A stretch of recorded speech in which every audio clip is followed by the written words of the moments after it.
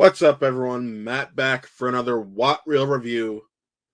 And today's movie is a little bit harder for me to talk about because of what its predecessor meant to me.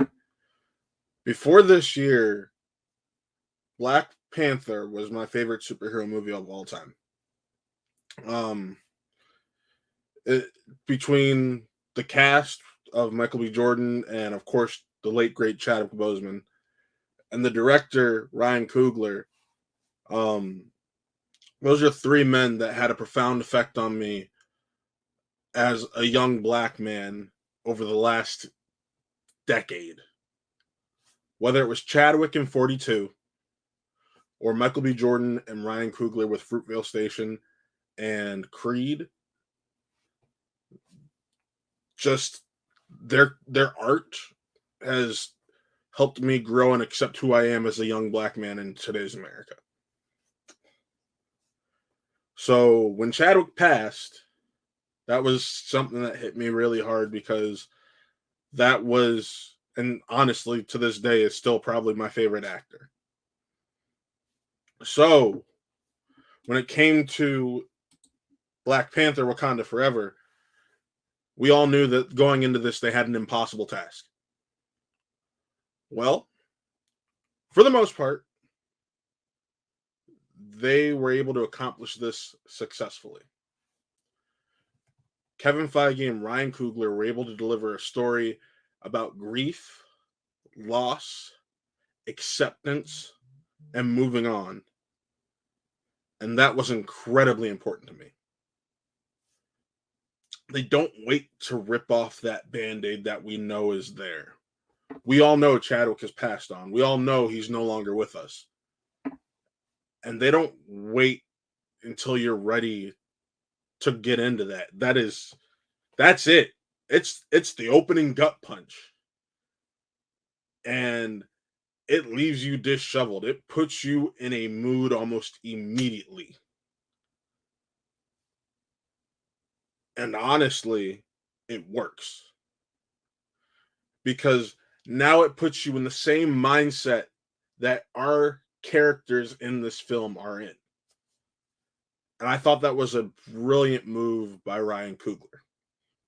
And then, of course, we start to see how things have changed, where things are now, how the world is looking to become more vibranium enriched. Other governments are going to Wakanda looking for vibranium, coming at them at the UN, and it's revealed that they're searching all across the world for anywhere else that could have Wakanda, or that could have vibranium. Wow, sorry. This is where our villain, or anti-hero, some view him, Namor, comes in. Guess what? Wakanda isn't the only vibranium enriched nation. And that kind of is what stirs the main conflict of this movie. I want to say that given the impossible situation that this film is under, they did a phenomenal job crafting a story. There are parts where you can tell this was probably written for a different movie, but we can't make that movie because of this unfortunate event. So let's try to rework it and make it so it works for the story we have to tell now. And they did a phenomenal job with that. Angela Bassett, my God, she's a queen in this. Without a doubt, deserves a Best Supporting Actress nomination. And if this film does follow in its predecessor's steps, there will be Oscar nominations.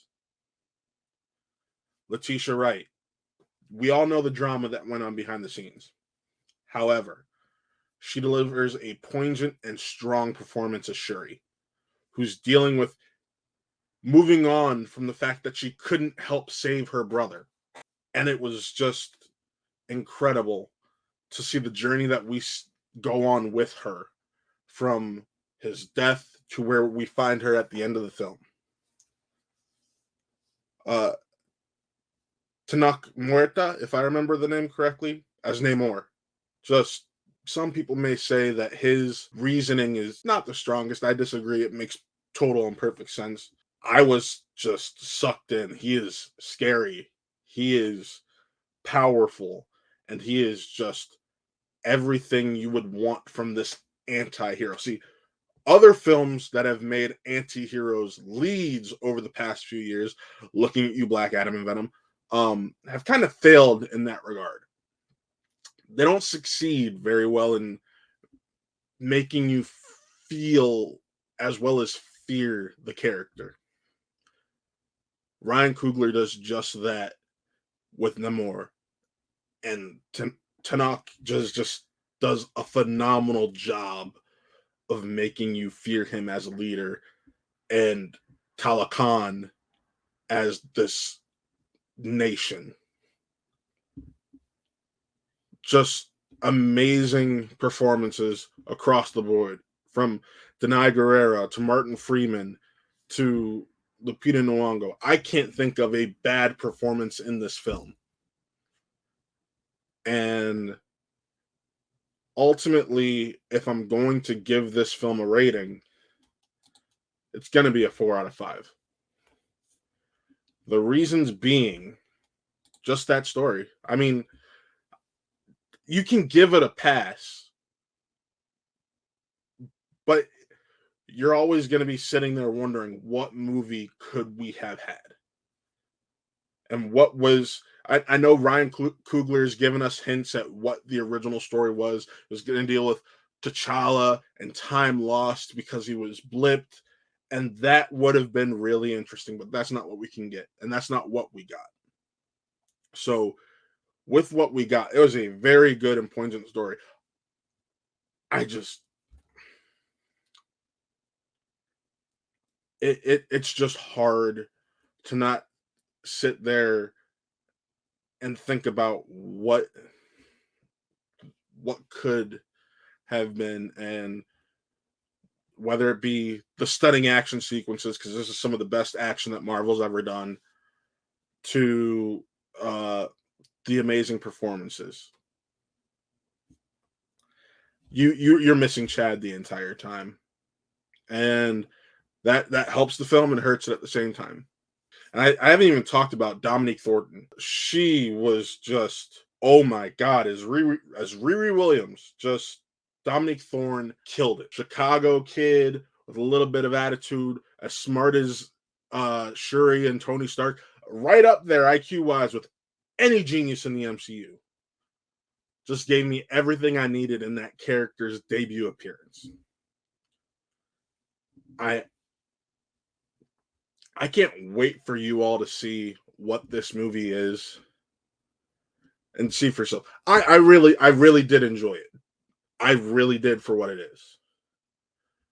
But I'm not gonna lie to you and say that it doesn't feel like Chadwick's missing, because it does. It really does, and you can feel it. And I'm so happy that Ryan Coogler was able to tell a story that feels natural and is able to tackle that horrible, tough subject.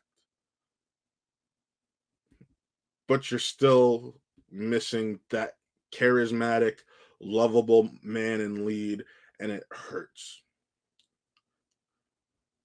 But thank you to Ryan Coogler, thank you to Kevin Feige, and thank you to the team behind this film for giving us something that was respectful to Chad and just emotional, and a good capper to his legacy and what he left behind in this character. So go see this movie. Don't let some of these rotten apples that I've said don't see it if you're not black, because this is for the culture. Don't let that stop you.